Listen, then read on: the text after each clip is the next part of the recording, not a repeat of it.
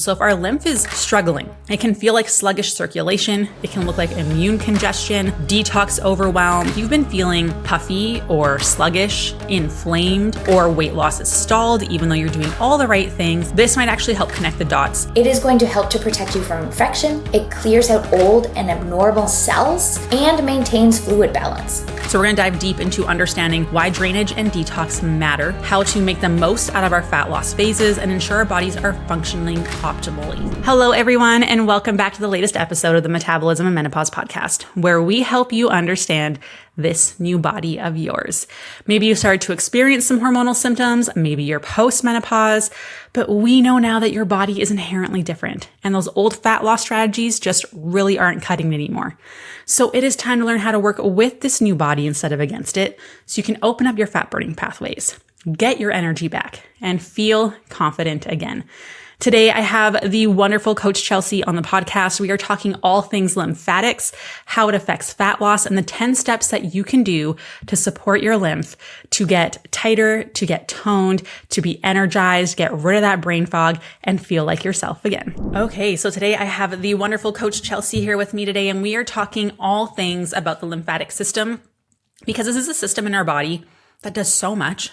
Like so much in terms of we feel energized, we feel clear. It's also going to affect how lean we can get. And it doesn't get enough attention at all whatsoever. And so if you've been feeling puffy or sluggish, inflamed, or weight loss is stalled, even though you're doing all the right things like cutting calories and doing your exercise, getting your sleep, getting your protein, this might actually help connect the dots. This is something that we see with a lot of people when they come into our program as well. So we're going to talk about some of the common signs of a congested or sluggish lymphatic system first. And this is going to be things like waking up feeling stiff or swollen. Yes, absolutely. Persistent bloating or water retention. Another check mark. Skin issues like acne or dullness. Yes. Brain fog, fatigue, poor recovery after workouts. This one has gotten better for me. And that frustrated feeling of just being like stuck in your progress, which it sucks to feel like you're putting in so much effort and not getting results out of it, right? And so we're also going to touch on how the lymphatic system helps you to remove waste, balance fluids in your body, support your immunity, and of course, metabolism and fat processing and breakdown. So we're going to dive deep into understanding why drainage and detox matter before you start pushing harder on the diet and in your gym workouts as well, how to make the most out of our fat loss phases and ensure our bodies are functioning optimally. So Chelsea, why don't you take it away with what is a lymphatic system? Because now you might be like, okay, I think this might be an issue. What is it? Yes. Okay. So we're going to cover two different things here. We're going to cover what the lymphatic system is, and then we're going to talk about all of the parts that make up your lymphatic system. So when we're talking about your lymphatic system, it is a network of organs, vessels, and tissues that work together to move a colorless, watery fluid called lymph through your body and into your circulatory system, which is your bloodstream. What is amazing is that our body is processing around 3 liters of lymph fluid a day. And we also have 600 or more lymph nodes across your body. So this is something that is throughout the entirety of your body, and it is working hard behind the scenes every single day. Yeah, if you like Google the lymph node system or the lymph system in your body, it is the picture. First of all, it's always green, which I think is like cool, but it's huge. It's massive. Like you will see just how important it actually is just by Googling that picture. Like that's gotta be important. Absolutely. So as I said, we've got a couple of different parts of our lymph system, and we're going to talk a little bit more in depth about what some of those are, but we're going to start by talking about the lymph nodes. So lymph nodes are these small bean-shaped organs that filter our lymph fluid. They are then going to take all of that lymph fluid that our body is moving around, and they are going to remove foreign substances like bacteria and waste and viruses. And while they're in these tiny little nodes that we have all over our body, they interact with our immune cells called our lymphocytes. And those are going to produce any sort or antibodies to help to destroy any sort of those pathogens. So those things like those bacteria or viruses. Our lymph system is a vital part of our immune system.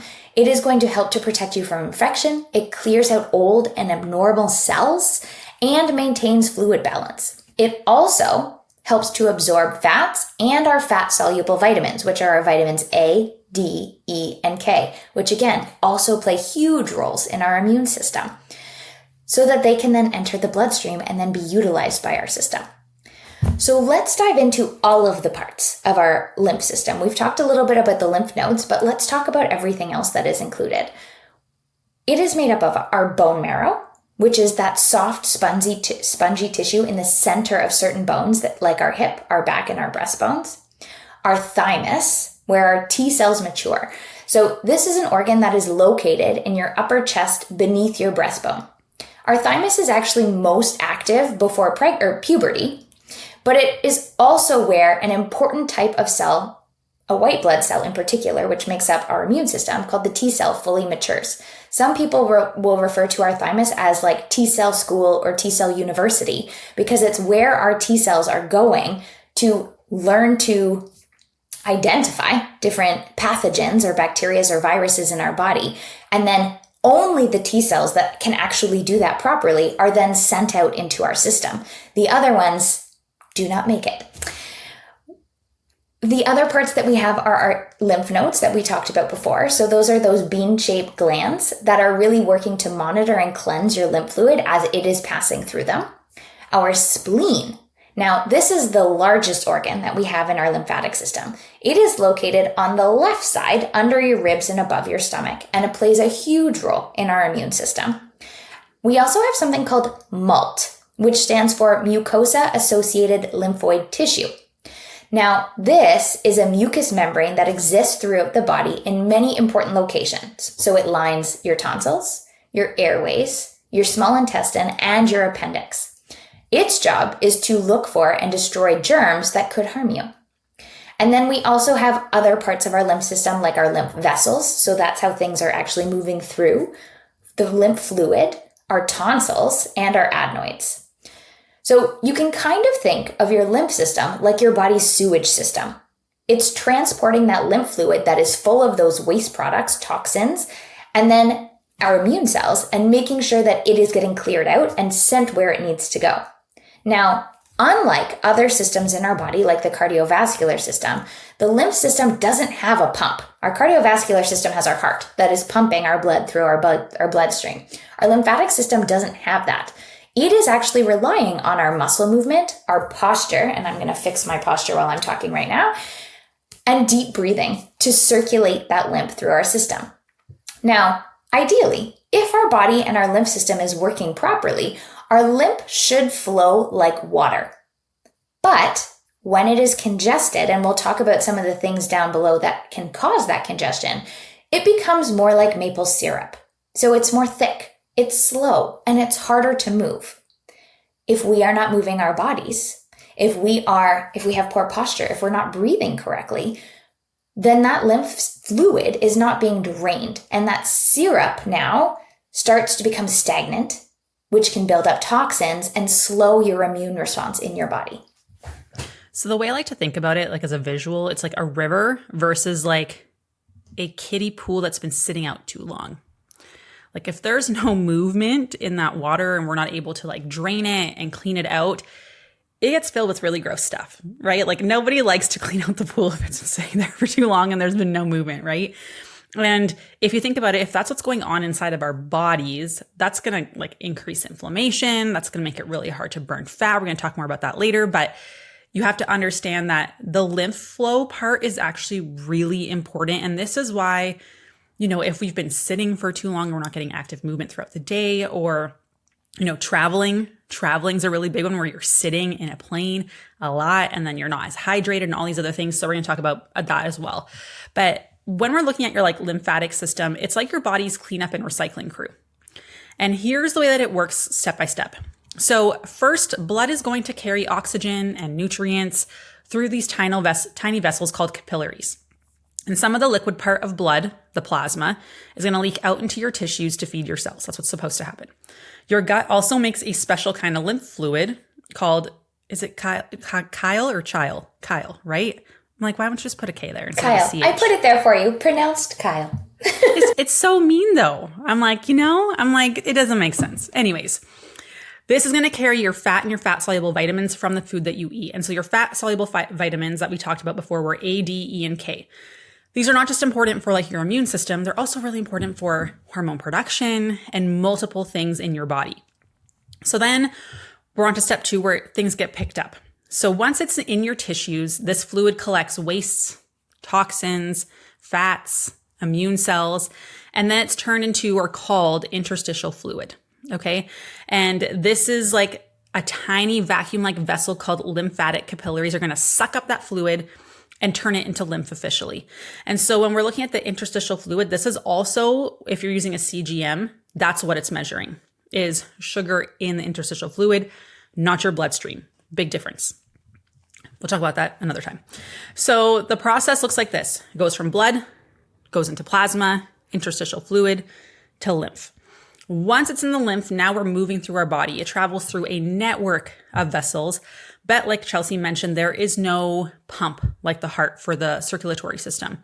Because if you think about it, the heart empties and like once it opens up, pressure brings blood in, it compresses, pushes blood out. And so it's constantly pulling and pushing blood around. Our lymph does not have that. So instead, it only moves when you move. Walking, stretching, exercising, even deeply breathing, right? Because it's going to compress and then relax those vessels, the walls, allowing it to kind of start making some pressure differences to help it move. And so when all of us are stressed and breathing really shallow or only breathing in our chest, not helping our lymph. And so then we're going into the filtering part. So on its journey, the lymph is going to pass through lymph nodes, those little checkpoints. And here the immune cells are going to keep filtering out bacteria, viruses, and wastes at every single one they get to. It's almost like little pit stops, like little gas stations, going to the bathroom, getting rid of stuff. And if your body is fighting an infection, lymph nodes can swell. So that's like when your throat gets sore and you feel a swelling like around your tonsils, right? Sometimes you'll feel like swelling in like the chest, even around your armpits, very common. So if your body is fighting an infection, lymph nodes can swell because they're working a lot harder. It's like TSA on a Thanksgiving weekend at the airport. It is busy. It is bumping. It is all crews on deck. Then after that lymph is filtered, it drains into large veins near your collarbones and rejoins your bloodstream. And that's why practices like dry brushing, lymphatic massage, we often move fluid toward this area. So like when I was in osteo school and practicing as a manual osteopathic therapist, there's like a certain way that you like brush to move and like massage and things like that to open up the lymph nodes and move all the fluid to the bigger kind of terminals, they would call it. So it'd be like in your hips, underneath your ribs, your armpits, your collarbones. Those are all big accumulation sites. And so then we have the final cleanup where once lymph is back in your blood, it circulates through the heart and lungs to pick up oxygen, and then the liver and the kidneys, which process that waste so it can leave your body in urine and stool. So we've talked about on past podcasts about, detoxification and liver health and how it's so important in order for our body to be able to get rid of these, inflammatory byproducts. Because if not, toxins get stored in fat cells, making them harder to break down. There's more inflammation. We talk about how it affects your ability to be able to burn fat. We talk about how it leads to fat storage and there's inflammation and blocking your fat burning pathway. Lymph needs to get pushed to our liver. And so if our liver is not doing good, but we're still doing all the lymph stuff, cool, we're getting the toxins to where we want it to be. But if our liver is behind, then we really struggle. And so you can see how there's like multi-part systems and things that we need to do to really get your body functioning the way that we want it to so that you can burn fat, get rid of the stuff, right? And so the lymph isn't just like, oh, it's drained and done, right? It gets recycled back into blood, cleaned and reintegrated into circulation. So if our lymph is struggling, if it is sluggish, it can feel like sluggish circulation. It can look like immune congestion, detox overwhelm. Our liver is not doing so good. Like it's all super connected. And when everything is working well, it is a smooth cycle of collect, filter, return. Perfect. But when it slows down, fluid builds up, waste lingers. When waste lingers, we see more inflammation, and it becomes this nasty cycle of, more inflammation, blocked fat burning, cortisol goes up, hormones go down, liver slows down even more. And then we're pushing harder, stressing our body more, which just like makes us even worse.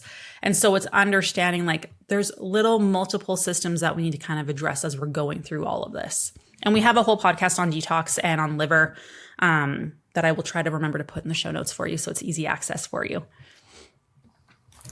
Now, we've talked about lymph being a whole body symptom or system, and it's true. Our brain even has its own lymphatic system called the glymphatic system.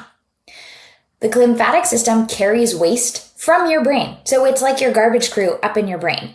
This is including things like used up proteins and toxins, which, if these things are sitting in our brain for a long period of time, can build up and can be linked to future diagnoses like Alzheimer's. Our glymphatic system, is most active when you are in deep sleep. And we know during perimenopause and menopause that deep sleep is hard to come by. When we're in this deep sleep, our brain cells shrink slightly, creating space for a special kind of fluid called cerebrospinal fluid.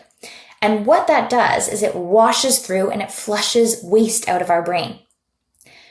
This is why when we are having poor sleep, like we often do in perimenopause and menopause, it can leave you feeling foggy, forgetful, and heavy-headed. Your brain is not actually getting that time to clean itself and to perform those functions. So we want to focus on, specifically in this case, supporting the glymphatic system. And we have a ton of other ways that we can support all systems down below. But when it comes to that glymphatic system in particular, we want to get you sleeping. We want you getting that 7 to 9 hours of quality sleep every single night. We want to stay hydrated. If we're dehydrated, that fluid is hard to move. And then we also need to do things like practicing that relaxation and that deep breathing because it is going to help to improve that brain fluid flow. So all of those things that we talk about all of the time are actually really beneficial in helping your brain to clear things out as well. Okay, and so what does sluggish lymph actually feel like? Because you're like, okay, but I'm not 100% sure this is me, right? And so when lymph slows down, the signs and symptoms are going to show up in your body and a lot on how you feel on a day-to-day basis. And unfortunately, this is like the sluggish lymph thing is super common. So the first thing is bloating and water retention. Clothes feel tighter, rings don't fit, your belly feels puffy. You've got morning puffiness where you wake up with like swollen eyes, stiff joints, feeling puffy kind of all over. Like it doesn't feel like, it just feels like there's like fluid, like you just feel like this soft puffiness. Skin issues, if you're dealing with breakouts, dull skin, rashes that flare, that happens when your detox pathways are clogged because things can't get out. We can't get it out and that's what it manifests into. Frequent colds or infections. If you feel like you are catching every bug going around, that is a very big one because that means your lymph and your immune system is struggling. Fatigue and brain fog, even after a full night's sleep, you still feel drained or cloudy. Digestive sluggishness or constipation. Your body is struggling to get that waste out efficiently. It's going to get recycled, right? And that's going to make it more maple syrupy, right? It's going to be thicker. Headaches or sinus pressure, especially if they worsen with dehydration or allergies. This is me every time I travel because the dehydration is crazy when you travel. And so for me, this is one that happens so often. So I'm constantly like massaging my neck down and around my collarbones and trying to drink as much water as I can.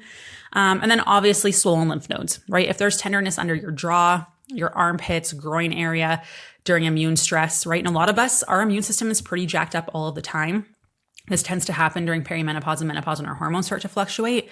But a lot of us are walking around with low-grade inflammation all of the time. And we have no idea. And so it doesn't take as much for us to end up in these like kind of swollen, highly symptomatic states because we were already with so little that just the tiniest thing that pushes you over the edge, like for me, travel is a big one. It just really amplifies everything. And so it's not just about what you see, right? Like the puffiness. A lot of it is with how you feel. You're feeling kind of heavy, stuck, inflamed, just like kind of dragging your feet. You're slow to bounce back after stress or workouts, right? Like you have like a stressful event and you feel like it takes days to come down from. Man, I just feel like I'm talking about myself. I'm like, man, I need to do more. I need to do more.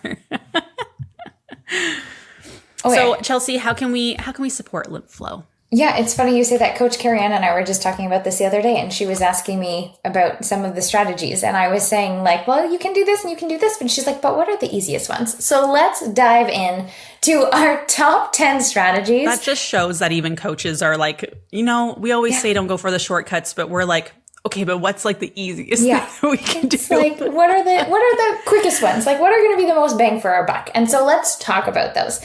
Now, we've got 10 strategies that you can use to support your lymph. And the bonus is that 9 out of the 10 of these are completely free, right? Things that you can do easily on your own and at home.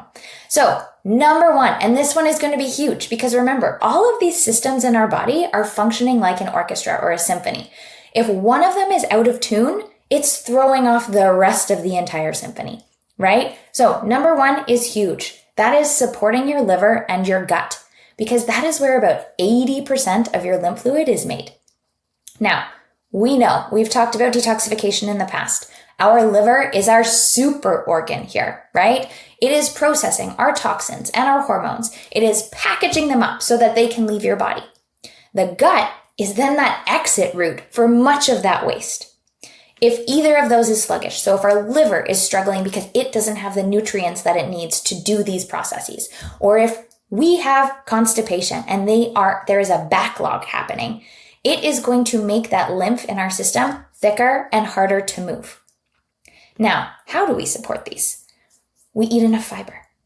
We eat our beans, we eat our oats, we eat our flax, we eat our chia, we eat our fruits, we eat our vegetables. They are really going to help to bind that waste for removal.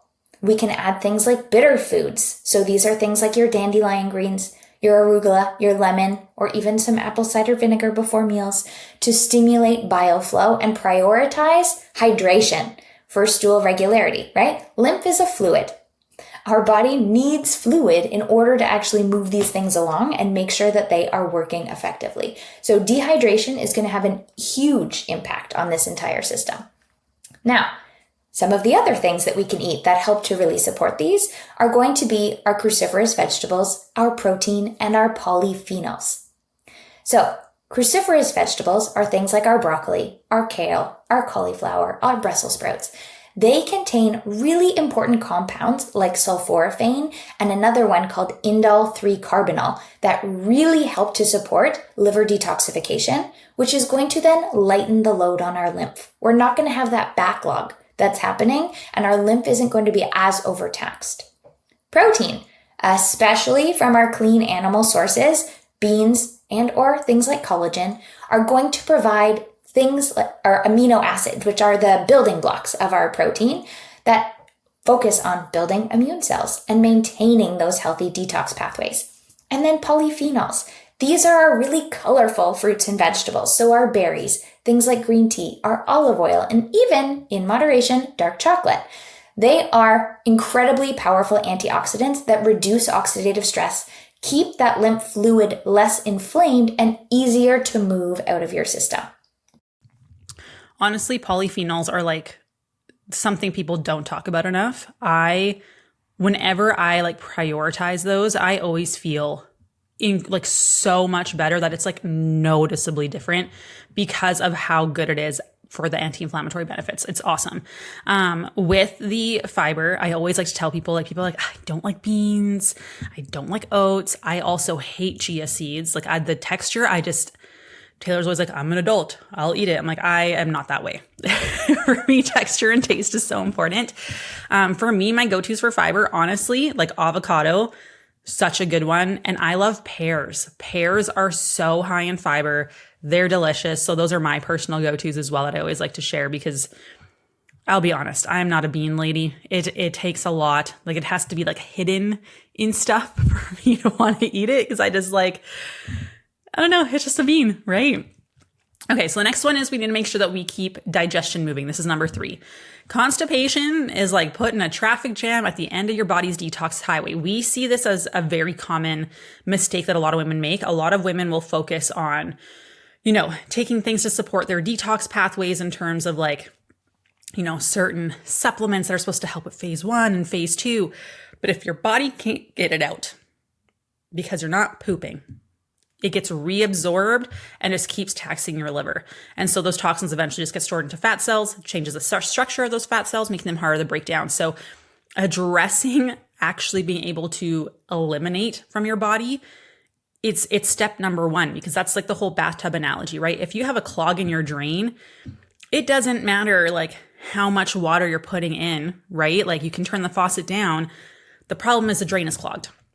If you address the clogged drain, all systems go and now you're good to go, right? And so when we are looking at this, like we want to make sure that we are eliminating as best as we can, going a couple times a day, because otherwise the lymphatic system just keeps getting these toxins pulled back into it. Liver gets overburdened. It's not a good situation to be in. We're just recycling inflammation. Like it's not a good, like you're just fighting a losing battle, right?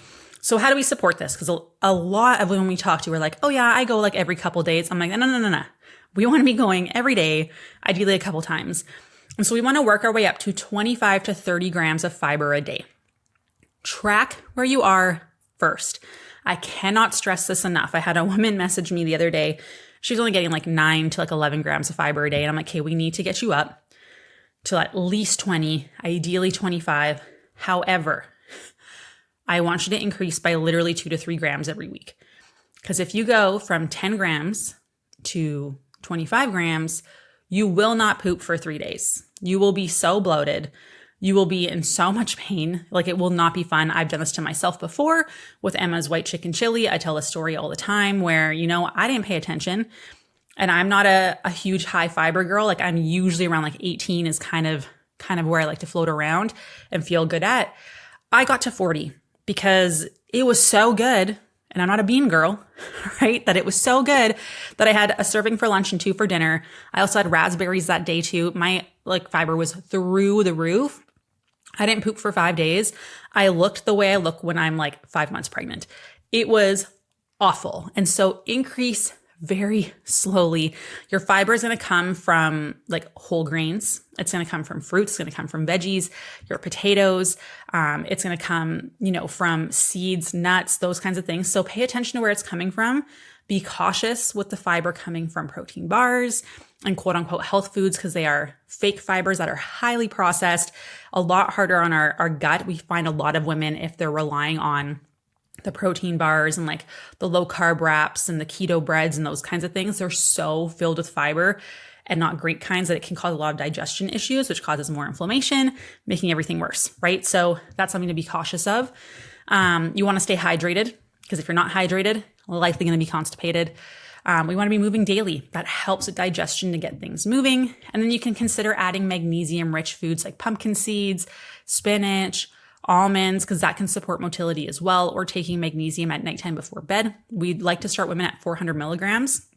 I was at an event this weekend, and we were talking about magnesium, like our favorite supplements. And one woman's like, oh, like you can't really like overdose on magnesium. She's like, I literally just kept upping the dose until like I found the part where I was like going to poop my pants, and just decreased by 100. And that's where I'm at. She's like, so I take 800. And I'm like, good for you.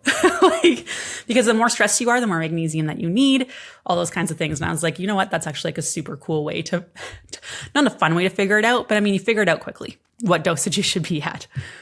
Number 4 is sweating regularly. Sweating is one of your body's backup detox systems. It allows water-soluble toxins and waste products to leave through your skin, which takes pressure off your lymph, off of your liver. Because if you can get it out without having to go the liver route, amazing, right? So how do we support that? Aim for activities that make you sweat a couple times a week, right? Maybe it's brisk walking.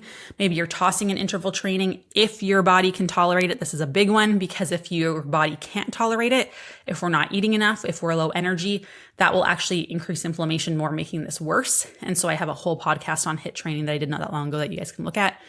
Hot yoga, again, if your body can tolerate it, and sauna sessions. So we actually did a talk on, do we do a podcast on it, or was it just a live in our Facebook group? I think it was just in our Facebook group. Yeah, I think it was just in our Facebook group.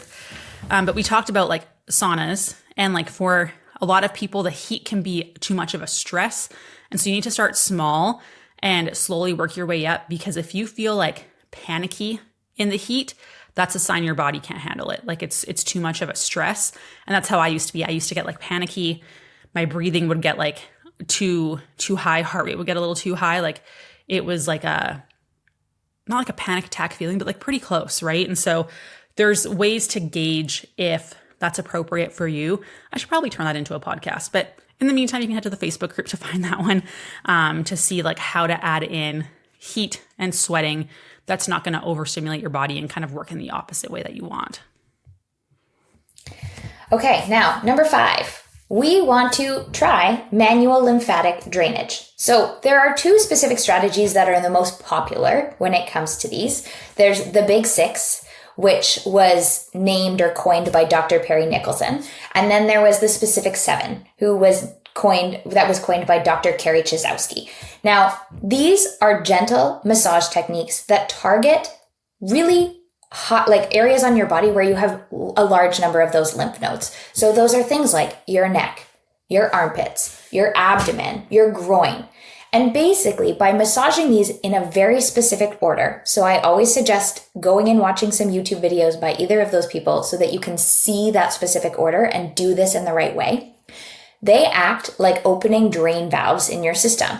They help to clear congestion and get that fluid moving again. Now, these take 5-10 minutes maximum, and they can really help to support getting that lymph moving, and can really help, especially if like puffiness and bloating or fatigue are some of the symptoms that you are experiencing. Now, again, much like anything, how often we do it is going to show the benefits of how well these work. If we only do it one time, it's most likely not going to be as effective as if we can build it into our routine regularly. Now, this next one, the easiest one that we can do, move your body daily. Muscle contractions are the pump for our lymph movement. Without regular movement, our lymph is going to be stagnant. It's going to be that gross kiddie pool sitting in our lawn, growing some weird looking things.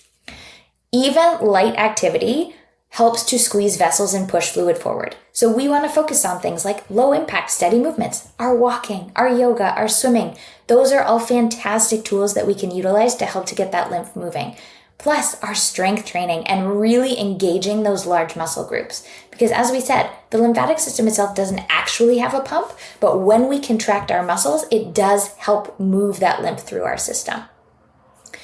Now, we also then want to focus on things like deep breathing. We have a huge number of lymph nodes behind our diaphragm.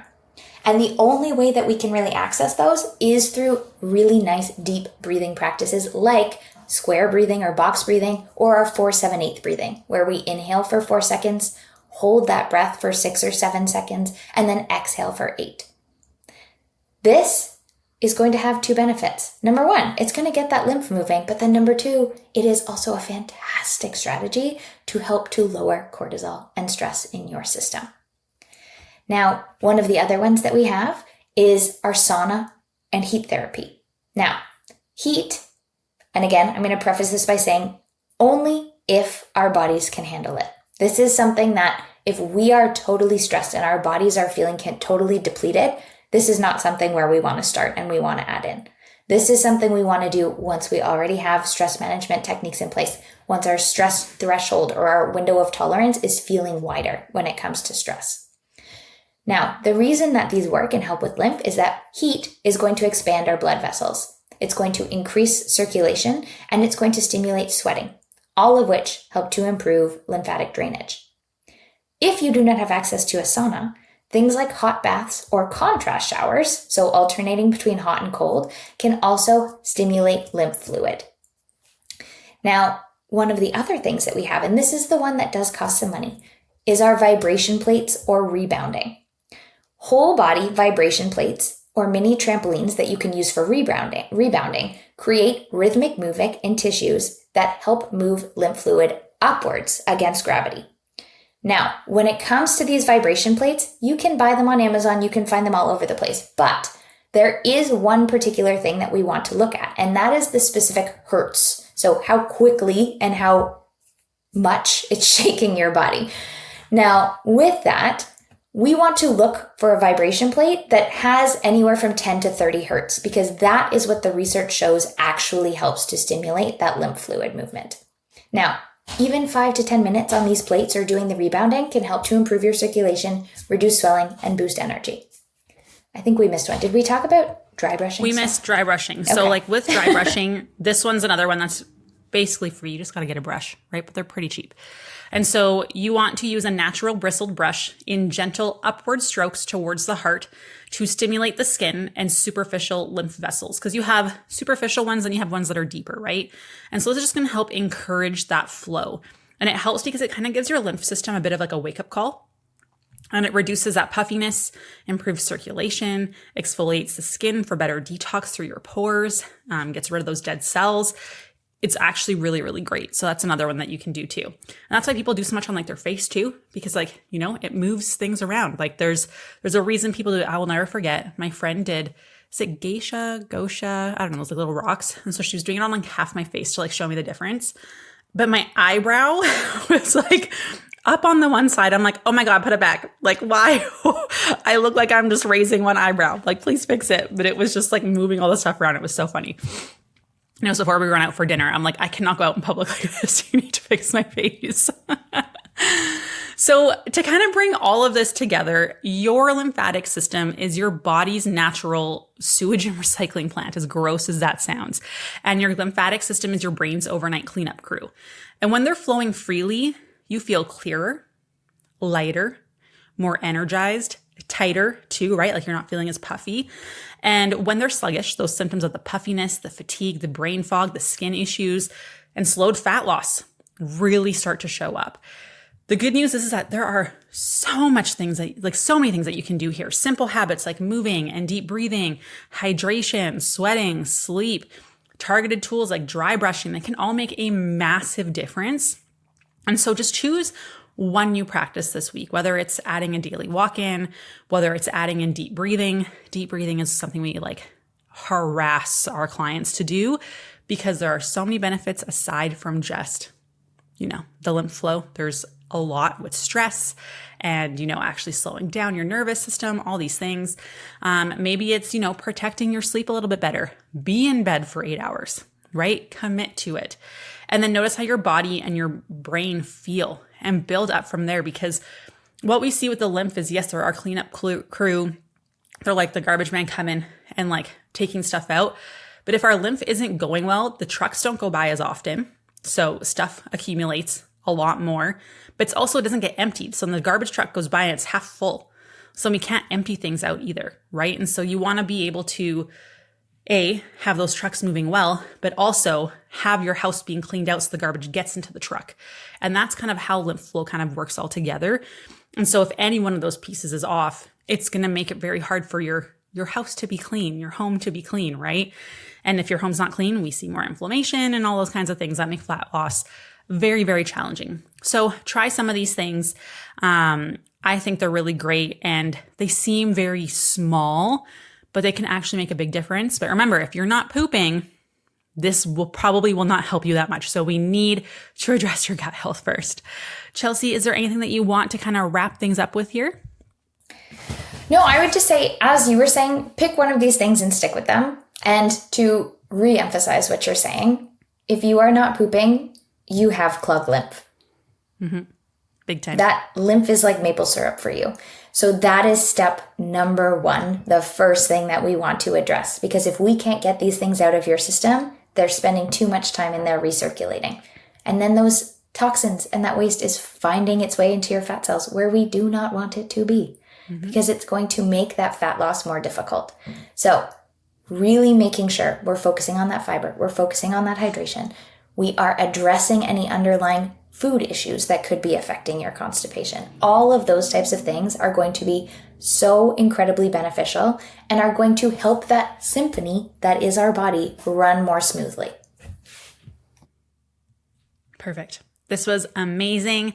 Thank you, Chelsea, for being here. And if you guys need anything, let us know. I am going to put the podcasts in here for the HIIT training, liver health, and detox in the show notes for you so you have easy access to those, because those go so hand in hand with this that you need to understand to be able to, you know, choose what steps to move forward with. And if you're completely overwhelmed and you have no idea where to start because you're like, I think I need everything, book a consultation call. We will do an assessment for you, figure out what are the best strategies for you to focus on and start on, figure out how much food you should be eating, and get you started on your way on your own.